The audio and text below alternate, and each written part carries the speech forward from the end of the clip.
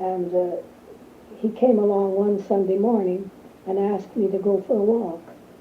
So we walked. The only place to walk in those days was down the railway track.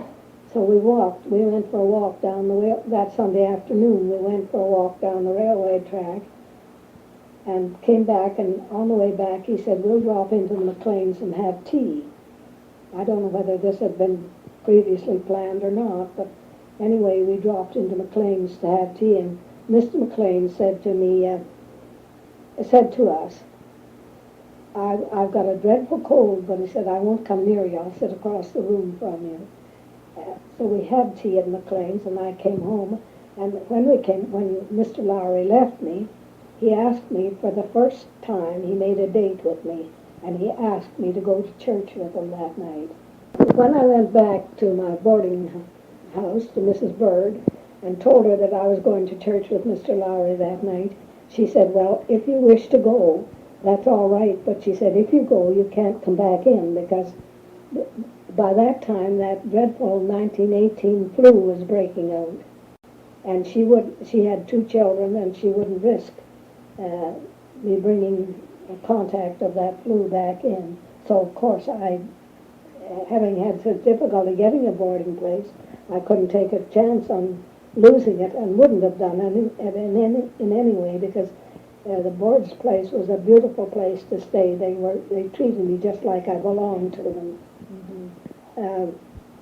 So I had to phone Mr. Lowry and tell him I couldn't go to church with him. And that weekend, practically the whole town went down with that dreadful 1918 flu. And by Monday morning, the schools were closed, the banks were closed, the telephone was closed, the telegraph offices were closed. Practically everything in the town was closed down.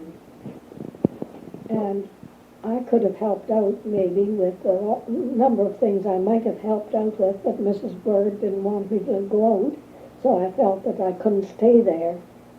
And the schools were closed indefinitely until the flu was over, so I went home, took the next train home, and went home to Boissevain. Did you take the flu with you, or? No, I didn't ever have that flu. I was one of the people, but that night, Mr. Lowry went out with the doctor, making his calls, and next morning he went down with the flu. And at those days, the bank boys, he was in the Bank of Commerce, and the boys had rooms over the bank. And in those days, they had a caretaker who used to come in and clean through the banks. But all the boys in the bank were gone. There were several of the boys that roomed up over. They were all down with the flu. And the only person to look after them was this caretaker, who used to bring them in a bit of soup occasionally. But I went home, and I was home for about 6 weeks when they notified me that the town that they could reopen the school. How did the birds make out? That nobody in the Bird family got the flu, and I didn't take the flu. I came back then to finish out the year. I went, I guess maybe there were 3 or 4 weeks in December that the school was still open. And I came back from home, and when I came back from home, a day or two after I left home, in Boissevain, they all went down with the flu there. And I missed both places. So I came back to school, and the first morning I went down to school, Mr. Lowry came down the walk to meet me. He saw me coming from the bank. He could see me coming, and he met me and said that he had a bone to pick with me, because I had given him the flu, and how was it that you had given him the flu? Hadn't even inquired how he was.